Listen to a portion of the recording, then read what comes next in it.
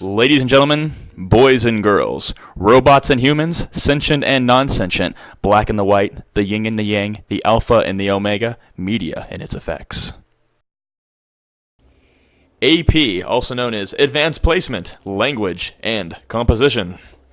Straight from the Sydney Opera House in Australia, Sydney Sands. Media. We see media every day. It helps us stay connected, aids us at school and work, and even provides entertainment. But what happens when media begins to occupy an average of 20% of our day? What happens when the things we used to use to socialize begin to inhibit socialization? What happens when media begins to shape the very essence of who we are? Is the way we see ourselves really impacted by the media and the thoughts it ingrains on us? Is the feeling of insecurity and panic over our identities a never-ending self-perpetuating cycle of doom? While media can build our confidence and relationships with others, it can also tear us down and make us a self-conscious, insecure society. Self-confidence in identity has brought the human species from living out of clay huts to developing technologies such as the computer. It allowed the human brain to feel secure enough to venture out into the deep waters of scientific exploration without the fear of failing. Keith Campbell's research with the University of Georgia led him to the conclusion that it is possible that individuals with high self-esteem were more successful at important life tasks than those with low self-esteem, and that this differential success was caused by self-esteem. What if all of society becomes insecure in themselves? Will innovation slow or even come to a standstill? Social media and others' opinions often warp and twist our views of ourselves.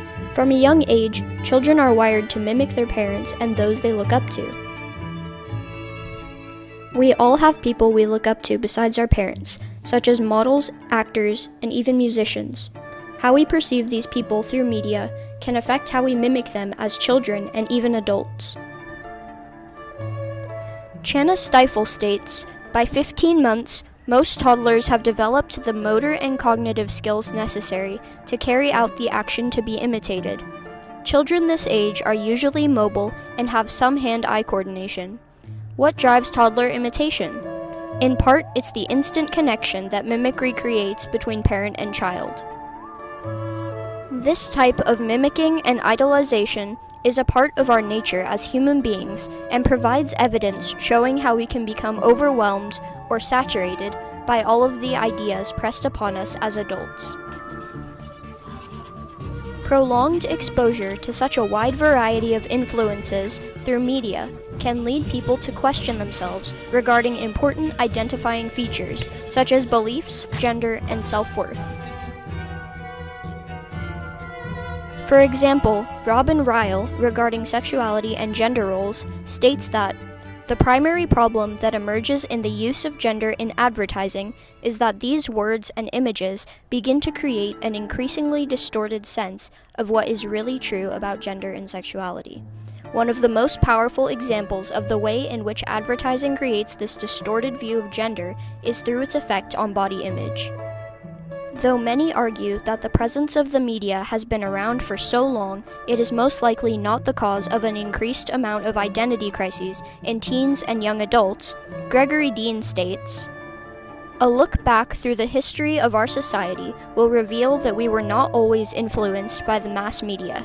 This is due largely to the fact that our current level of media saturation has not always existed. Television, the most popular mass media medium, was less predominant in the 1960s and 1970s.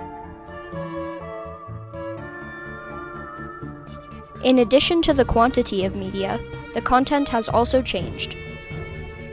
Dean states, "The programming was a reflection of everyday life. Families living 3 decades ago would never have tolerated a reality show. Television shows, such as Leave It to Beaver, was a representation of actual middle-class life in the early 1960s. Another claim that could be made is that since consumers dictate the content based on viewings, it is their own fault that television has taken on the shaming, self-conscious theme commonly seen today.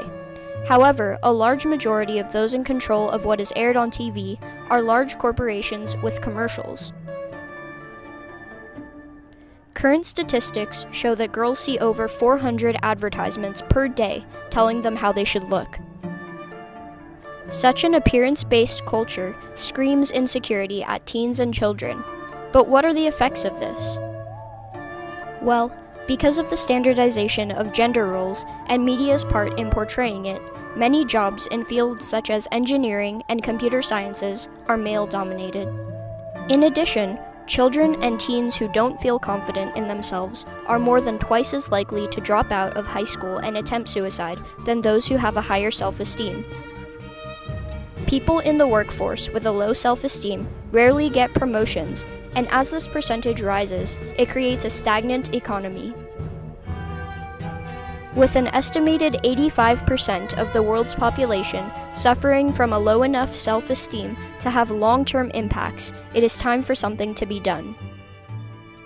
Viewers need to be allowed to dictate the content coming through their televisions and have a say in what types of ads show up in their Instagram and Facebook feeds if anything is to be done to change the mindset of the current generation and generations to come.